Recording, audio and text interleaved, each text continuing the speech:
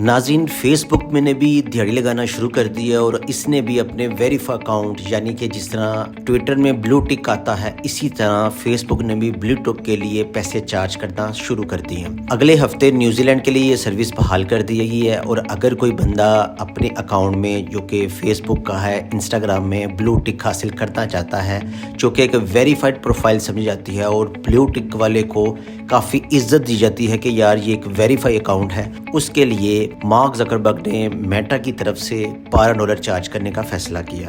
اور اگر کوئی آئی فون یوزر ہے تو اس کے لیے $15 ہے۔ پتہ نہیں آئی فون کے لیے زیادہ کیوں ہے، اس کی سمجھ نہیں آئی۔ $15 پہ جو ہے نا وہ آئی فون یوزر پے کرے گا، $12 پے کرے گا اینڈرائڈ یوزر۔ اب پتہ نہیں آئی فون کے لیے زیادہ کیوں ہے، یہ تو بعد میں پتہ چلے گا، لیکن آپ کو پتہ ہے کہ ساری ٹاپ کی ٹیک کمپنیاں ریسیشن میں چل رہی ہیں، لے آف چل رہے ہیں۔ چیٹ جی پی ٹی کے بعد گوگل نے بھی کافی زیادہ اپنے آپ کو سنبھالا ہے کیونکہ کافی رائیول آ رہے ہیں، نئی جدت پیدا ہو رہی ہے ٹیکنالوجی کی فیلڈ میں، اور اب سے یہ ہونا شروع ہو گیا ہے کہ یہ جو ٹیکنالوجی کی کمپنی ہے نا یہ آہستہ آہستہ اپنے صارفین کے لیے جو چیزیں فری میں اویلیبل تھی اس کو چارج کرنا شروع ہو گئے ہیں۔ اب آنے والے دنوں میں بتایا جا رہا ہے کہ اگر آپ پلے اسٹور سے بھی کوئی چیز ڈاؤن لوڈ کرتے ہیں تو اس پہ بھی یہ چارجز لیں گے کیونکہ یہ کمپنیز کو بہت زیادہ پروفٹ لینے کی عادت ہے، تو اس عادت کو پورا کرنے کے لیے وہ اس طرح سے کریں گے۔